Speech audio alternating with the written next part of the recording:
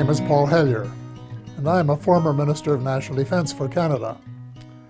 This disturbing message is for the several million Americans and others who were kind enough to listen to the 22-minute presentation at the Citizens Disclosure hearing in Washington in May 2013, and for anyone else who cares deeply about the future of their country and the planet Earth. The U.S. is in grave danger. Strangely, the peril is not from foreign enemies, but from enemies within. So I beg you to listen to a summary of the major problems, followed by some suggestions as to how the U.S. might be recaptured by loyal Americans, to the enormous relief of friends who have been watching helplessly from the sidelines. The stakes couldn't be higher. So I spent the 15 months following the Washington hearing feverishly writing a new book, incorporating what I think every American has the right to know and must know to end the incredible naivety observed at the citizens' hearing. The name of the book is The Money Mafia, A World in Crisis. Most of my friends, both American and Canadian, tend to agree that the world is in a state of crisis. But very few are aware that the problems are not natural phenomena. They have been engineered by a very tiny elite group of rich, ruthless, and power-hungry people who have been deliberately keeping the majority of decent, hard-working taxpayers totally in the dark. The iron veil of secrecy is now nearing the end of its 7th decade. When World War II ended, little attention was given to Operation Paperclip, under which hundreds of Nazi scientists were brought to the U.S., given new identities, and then appointed to important jobs in the military and elsewhere. Some of them would have been aware of UFOs and the ET presence from their experience in working with them in the 1930s. The American military began to take the subject more seriously after retrieving one of the vehicles that crashed near Roswell, New Mexico, on July 4th, 1947, and decided to back-engineer its technology, which was light years more advanced than anything that we had known. On Tuesday, July the 8th, 1947, at 11 a.m. Mountain Time, Roswell Airfield Commanding Officer Colonel William Blanchard announced in a press release the recovery of a flying disc.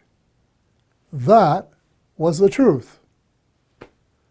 Later that same day, at approximately 4:30 p.m. Central Time, Brigadier General Roger Ramey, commander of the 8th Air Force and Blanchard's supervising officer, presented to the press an alternative story. He claimed the Army had recovered a Rowan target device suspended by a neoprene balloon. That was a lie. In fact, it was the cornerstone lie of what was to become a cult of lying and disinformation that is still United States policy today, 68 years later. In my brief address to the Citizens Disclosure hearing, I said that the United States and much of the Western world is ultimately controlled by an unelected, unaccountable cabal. Its apex is the banking and financial cartel, followed by the oil cartel, the CEOs of the largest and most powerful transnational corporations, major intelligence agencies, including the CIA, the FBI, and the NSA, and a major slice of the U.S. military. Their collective power and influence is incalculable, and it is their plan for the U.S. and the rest of us that is so alarming. Their plan is an empire greater in size and power than any empire before it, They call this the New World Order, which, ironically, is the same name Hitler used for the smaller empire he imagined. One sure thing, the New World Order will end all pretense of government of, by, and for the people.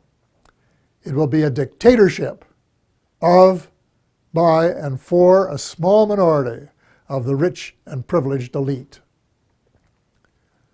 Much of its power lies in the privately owned banking system. Why monarchs and politicians allowed a private cartel to become the monopoly supplier of new money, we will never know. But this power is almost absolute and can determine the fate of nations and their people.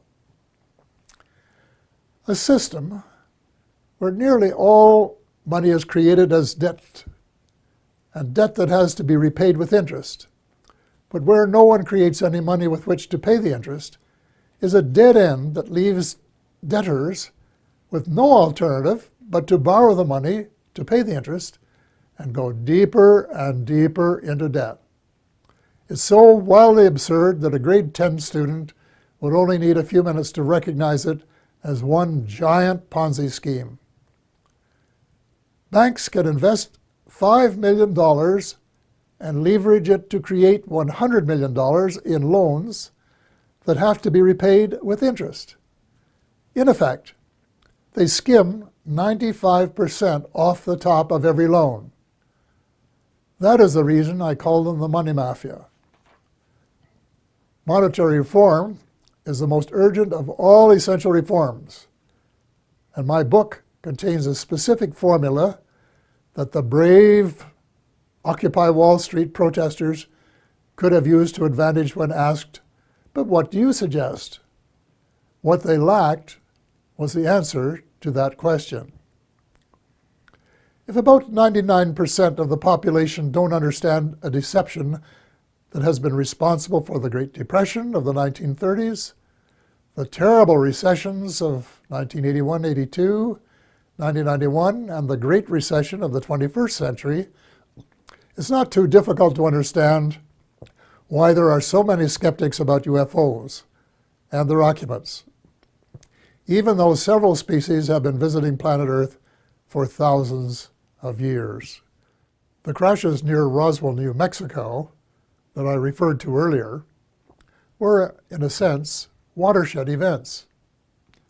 In Canada, Wilbert Smith, a senior officer in our Federal Department of Transport, of which I later became minister, wrote a top-secret memorandum to his boss based on information he had received during a visit to our embassy in Washington.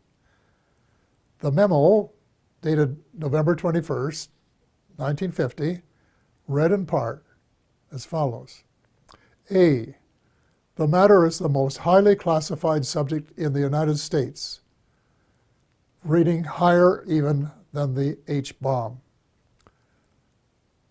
B. Flying saucers exist. C. Their modus operandi is unknown, but concentrated effort is being made by a small group headed by Dr. Vannevar Bush. D. The entire matter is considered by the United States authorities to be of tremendous significance. A control group of 12 senior civilian scientists and military officers was established by President Truman. They were known as the Majestic 12, or MJ-12, which issued a memorandum that included how to respond to UFO sightings by saying that they were natural phenomena, such as plasma or swamp gas, or that the observer might have been imbibing too much Jack Daniels bourbon. Nothing could be further from the truth. Under the Eisenhower administration, much of the physical engineering was transferred to underground facilities in Nevada and Arizona. Meanwhile, much of the control was transferred to civilian agencies in order to create plausible deniability as to its existence. When President Eisenhower wanted to take a look at the restricted areas, he was denied access. It was only when he threatened to send in the First Army that it was agreed that he could send 3 confidants to look at the secret areas 51 and S4. They reported that the Roswell vehicle was indeed being back-engineered by United States forces. President Eisenhower was so distressed by the situation that he included in his farewell address to the nation that his fellow Americans should beware of the military-industrial complex, which, according to one witness, was his way of saying that the ET file had fallen into the wrong hands. Indeed it had. It was under the control of the military-industrial complex, otherwise known as the financial, intelligence, and military wing of the all-pervasive cabal, which has seized control of the United States and much of the balance of the world. Beginning with Eisenhower, not one of the presidents of the United States has been given completely honest advice by his civil, military, and intelligence advisors, nor fully briefed on the ET presence and technology.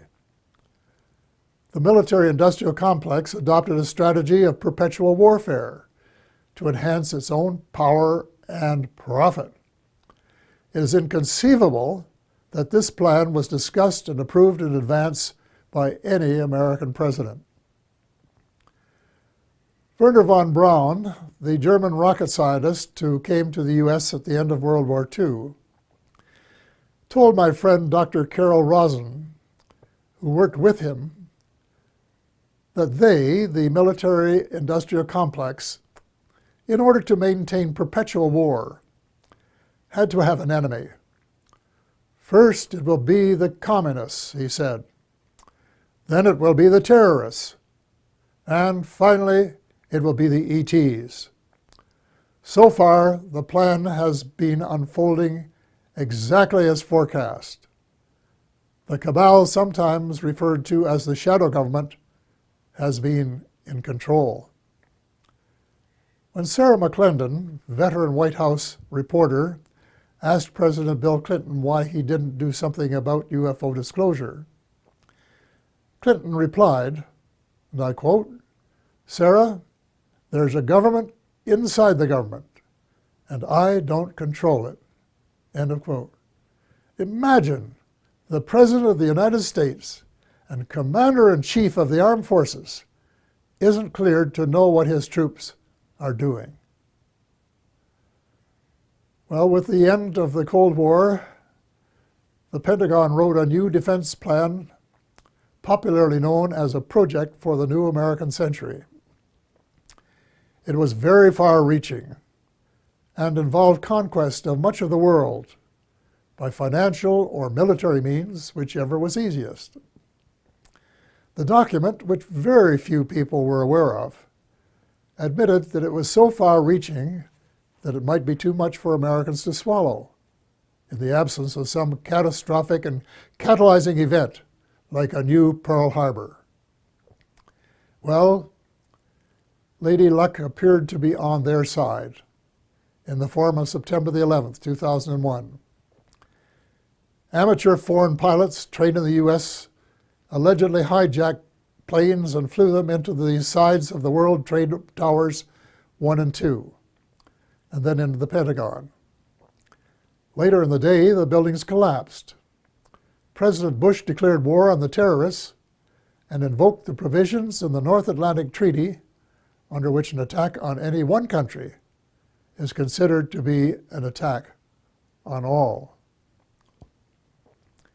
The reaction was unprecedented since the outbreak of World War II and the later attack on Pearl Harbor. The English-speaking world, in particular, was incensed, and a high percentage of Americans were prepared to nuke the perpetrators. Defense Secretary Donald Rumsfeld soon announced that, quote, "that means war against Iraq," end of quote, even though there was absolutely no evidence of Iraqi complicity, none whatsoever. Although most Muslims had been sympathetic to the U.S. in the immediate aftermath of 9/11, as soon as the bombs started dropping on Baghdad, moderate Muslims by the thousand were so outraged and overcome by hate that they opted for a terrorist response. From that day on, it would be difficult to find a terrorist who did not have "Made in the USA" etched on his or her soul. Now, more than a decade later, the situation becomes even darker as the truth about 9/11 begins to emerge from the burial ground of a controlled press. We find that high officials in the George W. Bush administration knew of the attack weeks in advance and made no effort to prevent it. On the contrary, the evidence points to complicity when we find that not just 2, nor 3 buildings collapsed, nor 4, nor 5, nor 6, but 7. Some, if not all, had been rigged for controlled demolition. But that isn't all. A new weapon of mass destruction was used that reduced the concrete and steel to dust before it reached the ground. If you have any doubts about this, get a copy of Dr. Judy Wood's book entitled, "Where Did the Towers Go?" 500 pages of meticulous evidence.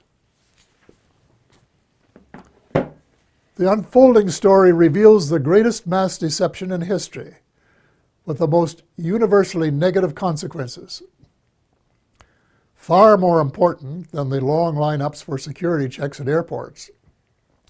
We have been stripped of our civil rights one by one, including, I regret to say, habeas corpus, reversing 800 years of progress. Country was set against country, religion against religion. Words like peace and negotiated settlement, which had been possibilities before 9/11, were lost in the jungle of lies. The Cabal, also known as the military-industrial complex, was not interested in a just settlement. It wanted perpetual war, and that was what its heinous deception achieved. It also robbed the once great United States of America of its last vestige of moral leadership. Worse, by invoking NATO, it transformed a defense alliance into a US-led task force. And by recruiting former countries from the Soviet Union, an obvious provocation to Russia, it has managed to create rumblings of a new Cold War. The danger lies in the fact that the New World Order is not limited to old boundaries and concepts of empire, and we seem hell-bent toward a third world war. Horrible beyond human imagination. It must not be allowed to happen. Almost every president since Eisenhower has been under the control of the Cabal, and President Obama, regrettably, has been no exception. Before he was sworn in as a new president, I saw a picture of his economic advisors, and I said, uh-oh, the same old gang who permitted the Bush recession. Nothing will change. Then when the president persuaded innocent allies to join in a second unwinnable war in Iraq, and a senior U.S. military commander confirmed that it would take several years to win, it was obvious that President Obama was playing the military-industrial alliance game, and that it would be the only winner. Extreme Islam is an ideology, and it can't be killed by smart bombs. Most ISIS recruits begin as young idealists who are repelled by the way the world is being run and are looking for a better way. any effective strategy must be to win their hearts and minds, and not just to kill them and make them martyrs to a cause. Step number 1 is to convince President Obama that the policies of his predecessor benefit no one but the arms manufacturers. So all non-Muslim members of the coalition should withdraw from the war against the Islamic State and begin to reverse all of the wrongs committed by the West in recent years. Hate him or love him, President Obama is the only person in the world with the power to lead a penitent United States and its misled allies in the moral and spiritual revolution essential for a world of peace and justice, where the human species has a fighting chance to survive. The transformation has to be reversible before the next U.S. presidential election, which could be the point of no return. Ultimately, the Muslims must be allowed to settle their own problems. Before 9/11, Iraq was a Sunni dictatorship that treated its Shia brothers and sisters badly. The U.S. deposed Saddam Hussein and established a new Shia majority that treated its Sunni minority unfairly. The seeds of further conflict were born. The Muslims must resolve their age-long differences as Christians and of different denominations have recently been able to do. Perhaps the United Nations might be invited by the Muslims to convene a meeting of both temporal and religious leaders in search of a better way of settling grievances and differences. Meanwhile, it's time that all the Abrahamic religions, Christianity, Judaism, and Islam, kissed and made up. I was in my 80s before I knew that Allah was my God. My guess is that the majority of Christians are equally ill-informed. And the Israelites should start treating Palestinians as the blood brothers that they really are, instead of as inferior beings.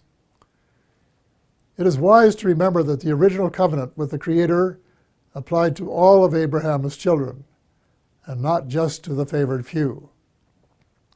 The bottom line is that the use of drones, suicide bombs, and crushing military superiority on the part of Christians, Muslims, and Jews are all prohibited by their holy books. The next step is to persuade all the major religions to practice the one principle that they have in common, which is to treat others the way they would want to be treated if the roles were reversed.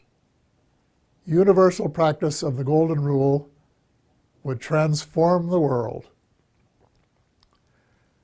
I get hundreds of emails from decent Americans and like-minded individuals in a dozen countries who want nothing more than the end of militarism and a massive shift in priorities toward universal peace and justice. Quite a few are involved in small projects that are making a significant difference at the micro level. But most of them are realists and recognize that the cabal doesn't want peace and justice. It wants power, wealth, and empire. So what can an individual do in the face of unprecedented power and wealth? The cabal, headed by the banking cartel, has almost unlimited financial power. But we, the people, have the numbers and must combine our limited power to form a critical mass that can move mountains. There is no guaranteed formula, but an educated guess would be that if 5 million decent and determined Americans got a copy of The Money Mafia, A World in Crisis, read it carefully, and then actively supported the comprehensive action plan set out in it, a miracle could happen. Each one of the 5 million would have to write a personal letter to the president, their senator, and their congressperson, demanding action forthwith in each of the critical areas in the same spirit of bipartisanship that would be expected in a war to save the world, which is exactly what is at stake. I am not going to repeat the list of essential reforms here, except for a few key items. The U.S. should play a leadership role in ending the private bankers' monopoly to print money. Actually, it isn't really money, it's just credit created out of thin air, a computer entry, and restore some of the power to the people that is rightfully theirs. President Obama can mint $2 trillion platinum coins to get the ball rolling, while legislation is prepared to take over the Fed and establish a 100% publicly owned central bank, a central bank of the United States. There cannot and will not be peace and justice on earth while the Fed continues to exist. Speaking of justice, if President Obama really wants a place in history as a friend of the 99% rather than the 1%, he can fast-track the Trans-Pacific Partnership into oblivion. Even the name is a lie. There is no way it is a partnership. It should be called the Trans-Pacific Power Grab by a small elite group who want to feather their own nests at the expense of other people's rights to run their own affairs for their own benefit. So the choice is yours, Mr. President, to decide if it will be the people or the cabal. There must be full disclosure of what the cabal and the U.S. shadow government have been doing since World War II. To what extent has the extraterrestrial space and weapons technology been back-engineered? And is it true, as the late Ben Rich, former CEO of Lockheed's Skunk Works, said, and I quote, "We, the U.S., now have the technology to take ET home," end of quote. The extent to which there has been collaboration between the cabal and the ETs. What species? What motives? Were there agreements signed? And if so, were the terms of the treaty or treaties lived up to? To hear the truth emerge after so many years of continual lies and darkness will require either that the National Security Act of 1947 be rescinded or suspended, with a general amnesty so that decent Americans can tell the truth without fear of retribution. A kind of truth and reconciliation process will be required. Then there are the positive benefits that must be pursued. The President must issue an order that would release the secret patents on exotic energy and make them available to the world. The secret technology, in combination with a flexible financial system, will make it possible to convert from an oil economy to a clean economy in 7 years. It will provide billions of new jobs worldwide and help close the ever-widening gap between the haves and the have-nots. Simultaneously, a project should be started to restore our oceans before the food chain has been permanently broken. In addition, worldwide programs of forest preservation and reforestation should help provide the carbon sinks essential for greater stability in weather patterns. Speaking of changing weather patterns, full disclosure should give us a better idea of how much weather patterns have been altered by government tinkering. Due to restraints of time, space, and expertise, my book makes no mention of either chemtrails or the high-frequency active auroral research program known as HARP. But from what I have heard and read from credible informants, I would say that they are Satan's illegitimate Siamese twins of death and destruction. If so, they should be terminated at once and relegated to the netherworld from which they came. And before the people of the world become aware and launch a $10 or $20 trillion class action suit against the United States Air Force, its contractors, associates, and suppliers. A visit to the battlefields of World Wars I and II in November of last year affected me profoundly. The slogans were everywhere. Never again. We had seen the horror of man's inhumanity to man, which was sordid beyond belief. Yet as I reflected on the real world of today, I thought that the millions who gave their lives had died in vain. Even before the Second World War was over, a group of greedy, self-centered men were plotting the next round, and they have been working assiduously at their plan. The same symptoms of mass unemployment, poverty, and seeking military advantage have been replicated. But the next time, we would start off with weapons of mass destruction just in their infancy then. The next time, it is not just supremacy that is at stake, although there are some who think so. It is the survival of the human species that is at stake. God will not be mocked. We have been given the choice of making our planet uninhabitable, as we have been told some other species have done, or we can move in the opposite direction of peace, love, justice, and cooperation for the betterment of all, rich and poor alike. We have been given a few months, not years, to change course before it is too late. The choice is ours. We are the ones who are destined to write our own history.